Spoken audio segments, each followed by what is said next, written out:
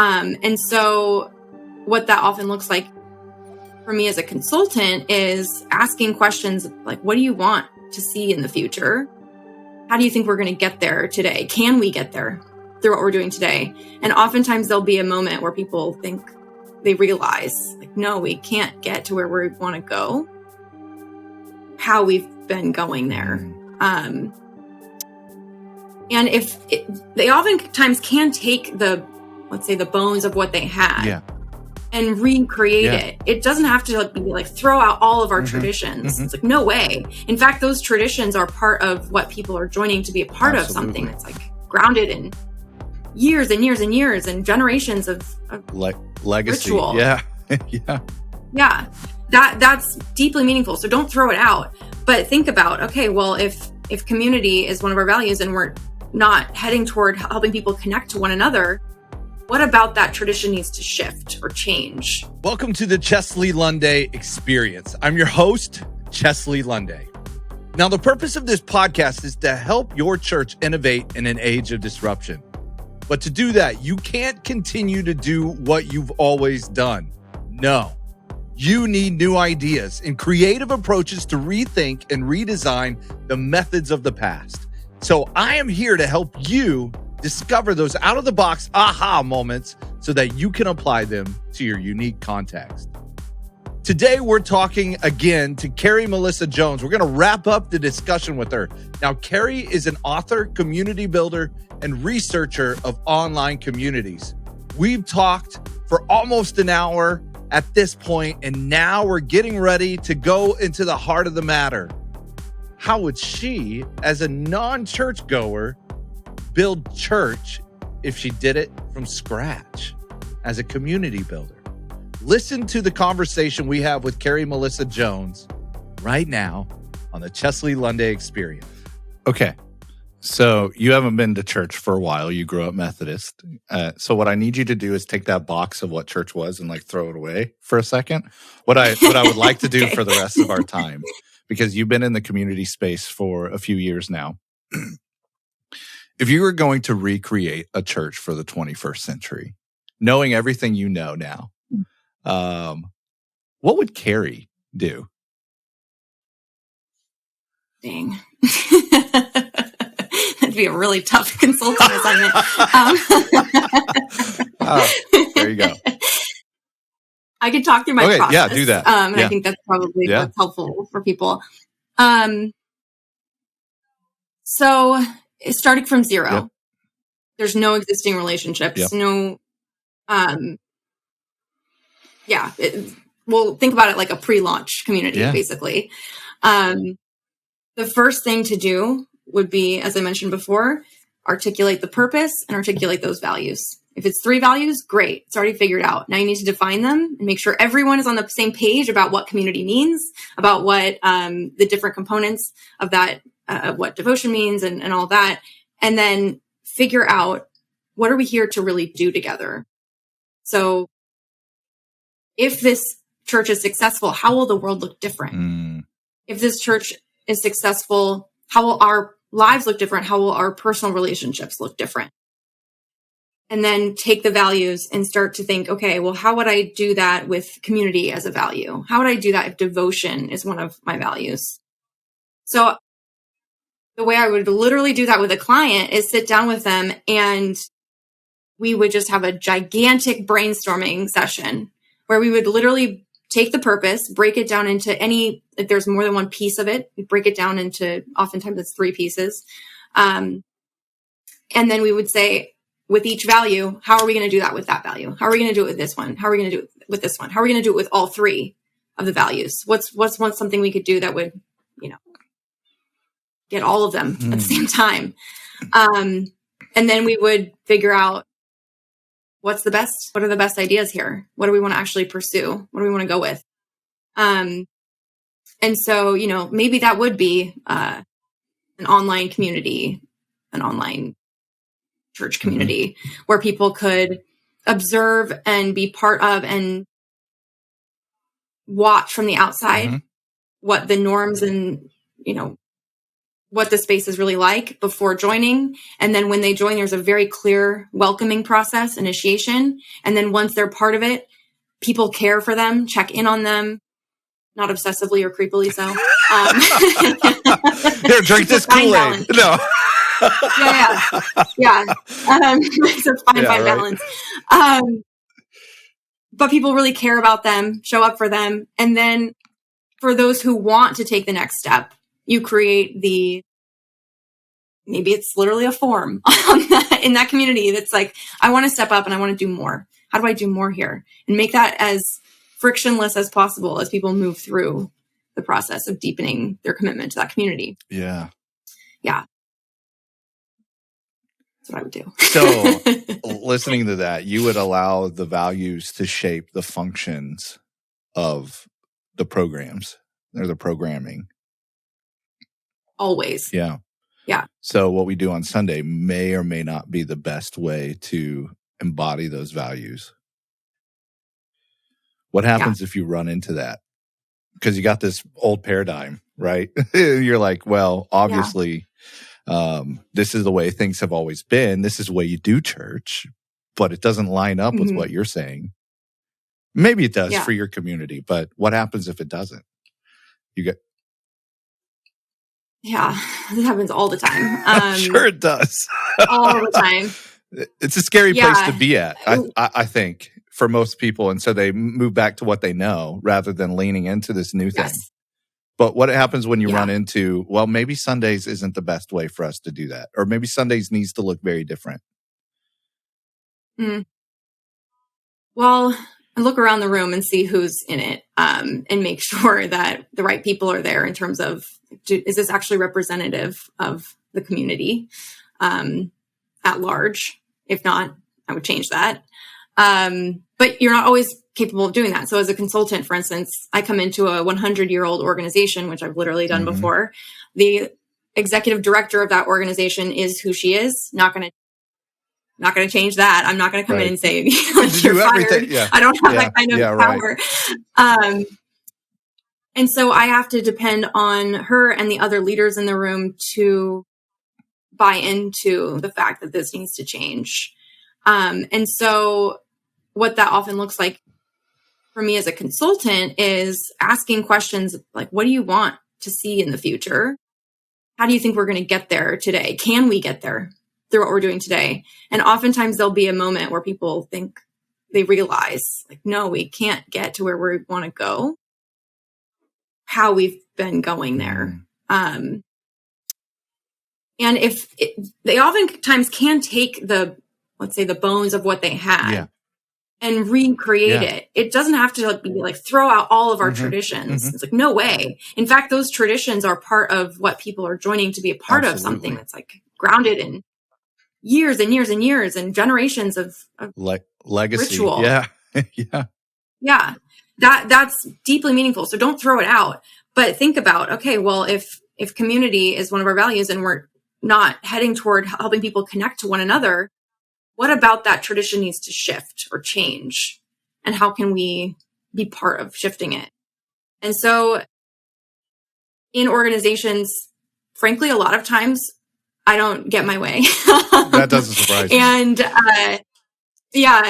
but if people even make 2 to 3 changes that are going to help them to connect better with their customer, with their partner, with anyone who's important to their success, I know it will create massive returns for them. Even if they don't, like throw out what they're doing and create a forum and like start to hire community managers who will take on these responsibilities and help develop leaders.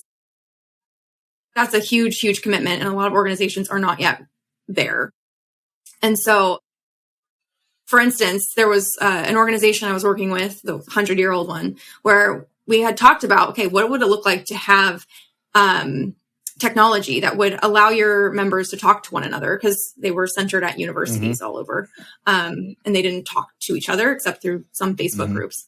And basically, we realized the organization was not ready to roll that out. They didn't have the talent at the time. They couldn't attract the tech talent because they were very much an older organization. Tech people didn't want to go work for them. And so one of the things that we did was just change the way that they did their annual gathering to being more community focused. And this was all online because it had to be during COVID. So instead of having this event where people just come and watch a bunch of speakers as they normally would, what if we help develop the leadership within the existing communities and have them run their own kind of micro events? And then also have an event where, in this case, we had someone come who had been through World War II with the organization and was an alumni of the organization and spoke about how to get through, how to withstand times like this crisis. So, and that's exactly where, like, our elders and people who are steeped in tradition, that's where we need them most. Values is the wisdom of, hey, you can do this, you can move past this. Yeah, that's good. Yeah. So, and to be that bridge too from the past to what we currently are.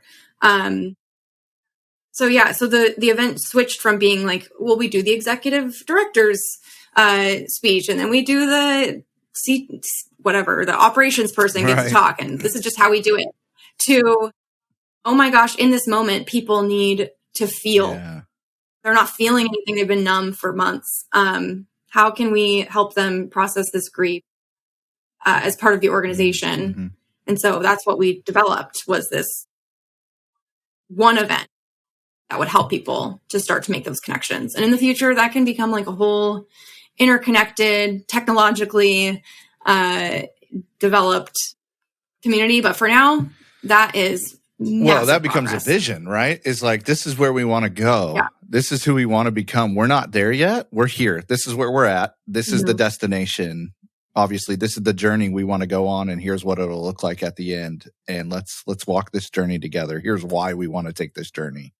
So I think you create a vision for the organization that will move them forward when you do what you just described. So as we wind down, I want to ask this question, because I keep going back to it as you're talking about. You said you got these governing values but then you talked about principles after the values. And when you have solidified the values piece of this, what do you mean by you need to have principles aligned with those values? So the principles I'm talking about here are more of the kind of what I would call in tech, like the architecture of the space. So I'll stop using metaphors. No, you're good. You're good. It's helpful. So what they really are is, so you've got these values, that's great, but how do they actually look in practice? Those are the principles. So things like, maybe I'll just use an example that's relevant to tech and you can translate it for me, but it's like, in our technology, if one of our values is, let's say it's ingenuity, right? So we make sure that one of our principles is that anything that's within this technology has to feel like new and vibrant and like nothing that came before it, right? So that's a way to take and translate that value into a design. It's this design principle is really what it is. And you can use that same idea to design in-person experiences as well. Like, if ingenuity is our value, how do we design a physical shared experience that feels ingenious, feels brand new?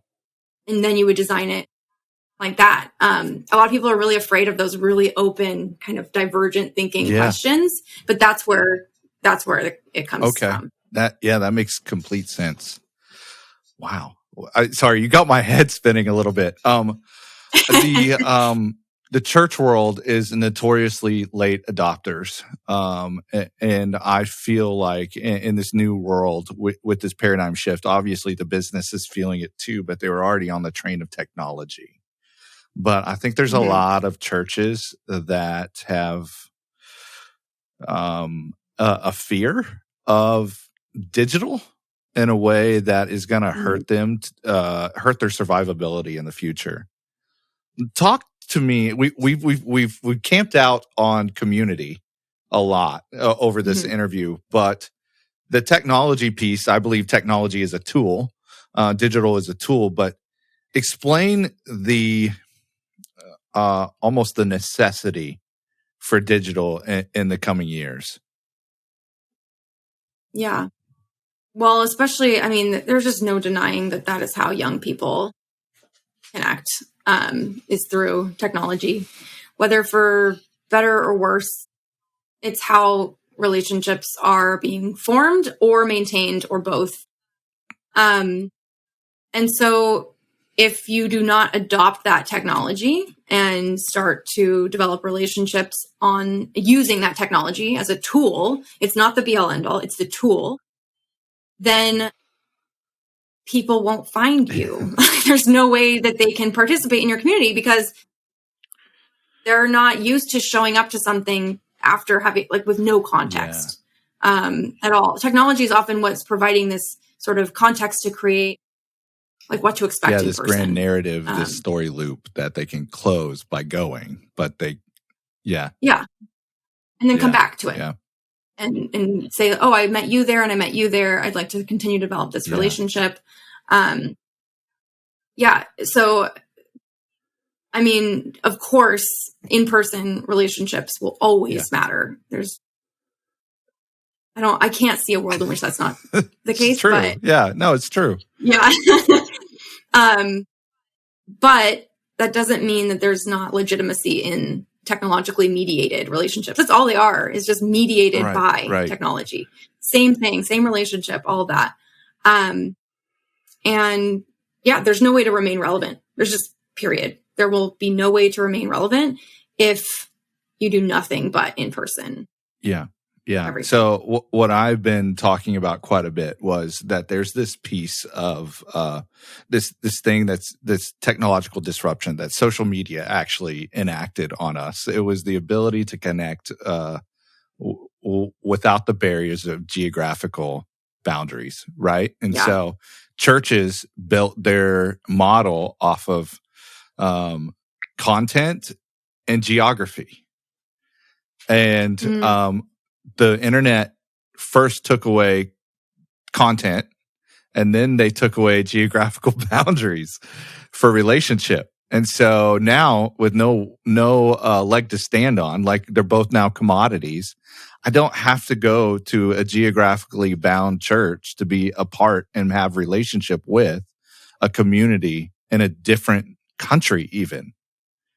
Like I hung out with a group in Pakistan and did a Bible study with them a few months ago. Like that doesn't happen. And I could go back if I wanted to. Like I could go back and begin building community, So there's that piece that's never happened before in the history of mankind. Like there is no geographical boundary. And if you're sitting there going, content and geographical boundaries are what create the need for us in this space, you're done, because that's not the way people operate anymore. Content is currency. It's not king. And relationship happens digitally first. Digital will move to physical. And physical will move to digital because it's easy. It's convenient, but it'll always happen with people coming in now. It'll always happen because they came in through the digital doorway rather than the physical one first. Because it's a low barrier to entry. Like there's no friction. Yeah. Like if I want to, and you see this with YouTube, like they have views that last. A view is when you get past 3 seconds. Why? Because they can click off. It's easy. So I think churches need to really heed what you're saying, Carrie. Like this is big, and I think I spent an hour talking about community because that's the end goal. Right?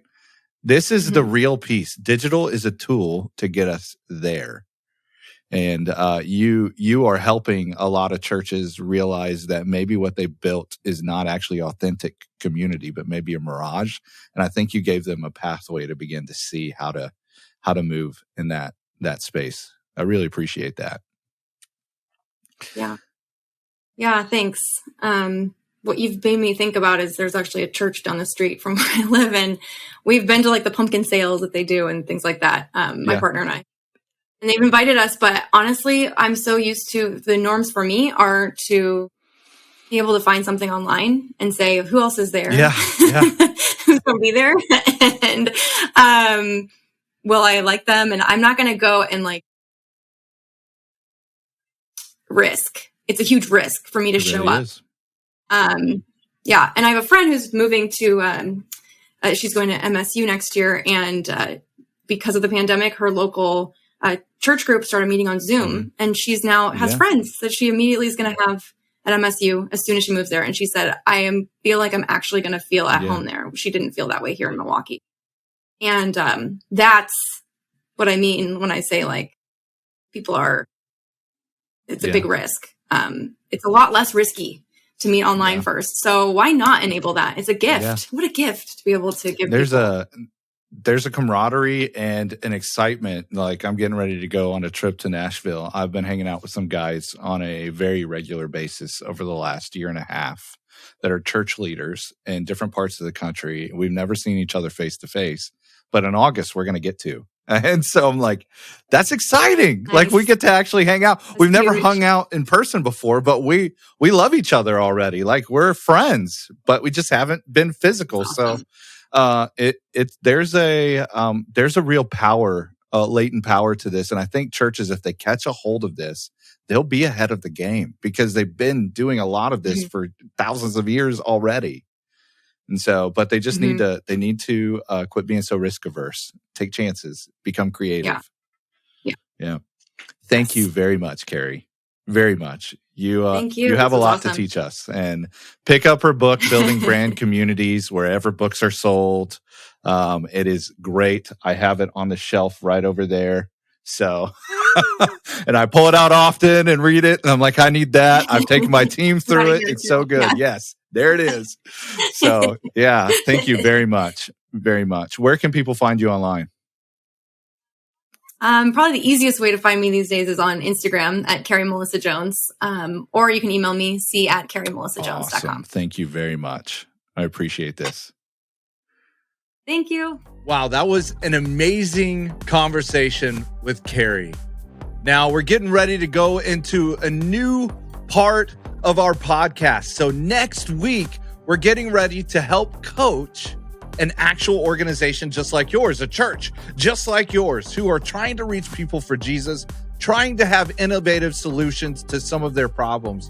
Take a listen to a part of that episode. So what is the question that you're really wanting to solve in our time together, or at least begin to solve and have a roadmap? I would say, the main thought is like, okay, what platform do you focus on? What innovation, what technology do you use?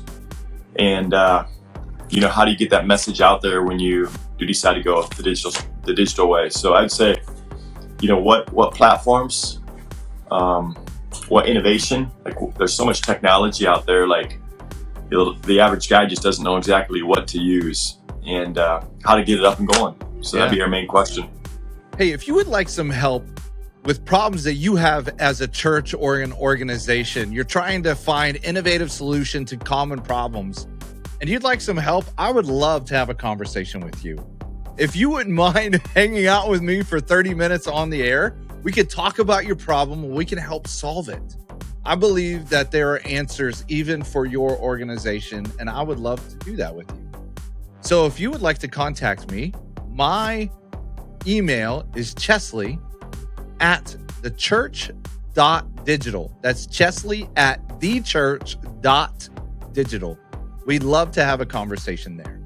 Also, would you please do this? Would you like and subscribe to our podcast on Apple, iTunes, or Spotify, wherever you're at, and leave a rating and review. We would love for you to be a part of our community, and we would love to get this out to more people. And the best way to do that is to rate and review us on iTunes and Spotify and Stitcher, or wherever you listen. So thank you for your support, and let's do that together. Hey, as we end today, I want you to think about, how would you do church if you didn't have the boxes to play in that were given to you. We're coming across a time in our existence where the church as we know it has been disrupted. So it's going to take different ways of thinking. I've got some friends of mine that are doing church on the metaverse, and I've got some that have decided that they're going to go with a micro church strategy. And some of us still love the big box idea of church, but we might need to think about it a little bit different. But whatever you do, no, church is about building a community, not a crowd. And that is what I want to help you do. I want to help you build a community, not a crowd. And I want you to find innovative solutions to your problems to reach people for Jesus. So start thinking outside the box. And hopefully my conversation with Carrie gave you an aha moment so that you can begin to do just that. Thank you for listening to the Chesley Lunday Experience. We'll see you again next time.